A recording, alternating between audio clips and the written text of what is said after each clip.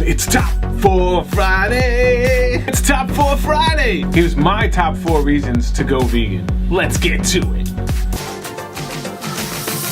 Hey, it's Justin, the Vlogging Vegan. Today we're talking my top 4 reasons for going vegan. Now everybody's gonna have their own reasons and put them in their own orders, but I think at least 3 of these are a general consensus for why most people become vegan. The 4th one probably not the same as everybody else's. So let's get to it. The number 1 reason to go vegan on Top 4 Friday is health reasons. Obviously, I really can't list all of the health benefits, so we'll get to some of the main ones though right now. Lowers your blood pressure and cholesterol. Reduces body odor and breath odor. Ladies, it's good for your hair, your nails. Reduces the symptoms of PMS. Reduces pain from arthritis. Reduces overall swelling. It lowers your blood sugar levels and improves kidney function, which lowers the rates for heart disease and type 2 diabetes. It also helps fight some forms of cancer. 3 of the main ones: prostate cancer, colon cancer, and breast cancer.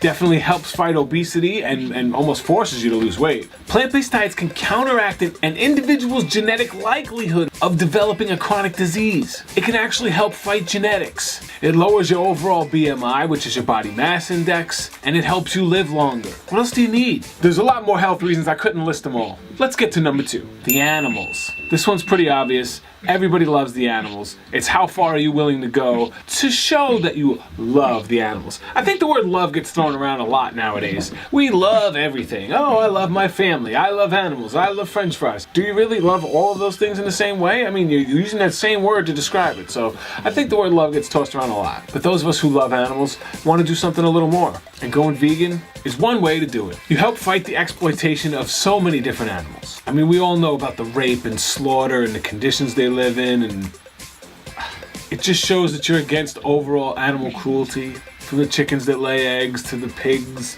the cows who are bred for milk and their calves are just taken away from them after like a month or 2. The agricultural industry in the US alone kills over 3 million animals, and that's just clearing fields for crops, etc., etc. I mean, there are a ton of documentaries, there's lots of videos, there's lots of information out there. This part kind of hurts my heart doing research on this, so I didn't do a ton of research on it because I know about everything that happens and I don't want to see it. Number 3. It's so much better for the environment. One thing you could do, it's like, what can one person do? You can lower your overall carbon footprint, and that's all any one person can do. What else you can do is help other people lower theirs. And hopefully it just catches on and so forth. You know, you could protect the land from being destroyed for all these animals. There's deforestation and habitat loss. So many species are going extinct because of the land that we're taking to grow like soybeans for cattle feed, and this is not something that we should be promoting right now. There's so many different battles to fight. This is not a battle that we should be fighting. It's common sense. One big problem we're having is water issues. And you know how much water we could save if we stopped using all this water, the crops to feed all these animals, etc. and so on. All that water could be used for crops for humans, for fresh fruits and vegetables for humans, for fresh water for humans. The reasons are pretty obvious environmentally. We all know how bad cattle are for our ozone layer, and that's not counting all the other animals involved in the food industry. And this is the most important one for me, but this is number 4. For our kids. I don't have any kids yet, but for me and my wife are in the process of making that happen. A lot of things for me is about breaking the cycle of passing down bad habits from past generations to future generations. I think this is one way to like shake the board clean and start off with a nice clean slate. A lot of our culture and traditions are centered around food and certain types of food.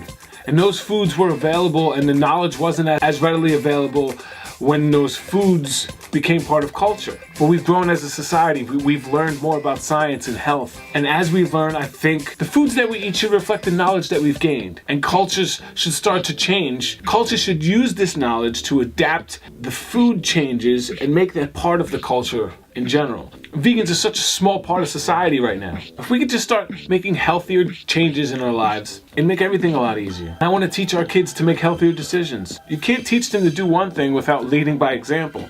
I want to teach them by leading by example, and I want them to learn to be leaders so they can lead by example, not be pressured by society to do certain things because that's what television says or what media says or what Billy down the block says. I want my kids to be strong enough to know and lead by example. I mean, another selfish reason is I want to be around longer. I'm going to be 43 this year, and I haven't had kids yet. So I want to make sure that I'm around for as long as I possibly can be. I want to be in as great physical and mental shape as I can be for as long as possible so I can spend that time with my kids and grandkids and hopefully great grandkids.